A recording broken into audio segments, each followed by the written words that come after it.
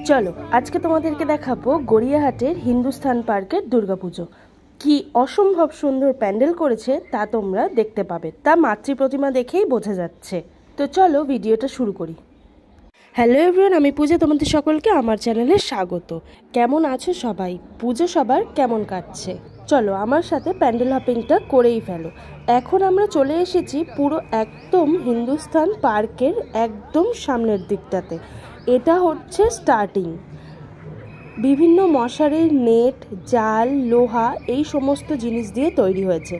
তাদের এবছরের ভাবনা কল্পনার ঋতু। তাদের ভিতরে একটা সুন্দর আবহ সঙ্গীত বাজছে, আর তার সাথেও একজন দাদু তার নাতনির কাছে এই দেশ বিদেশ, যুদ্ধ, পুজো এই সমস্ত নিয়ে গল্প করছে।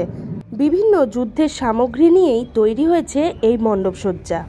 আসলে এখানে এক এমন পৃথিবী দেখানো হয়েছে যেখানে যুদ্ধ নেই, মানুষ শান্তিতে রয়েছে। আর এই লাইট হাউসে রয়েছে বাদ্যযন্ত্র নিয়ে কিছু মানুষের মূর্তি।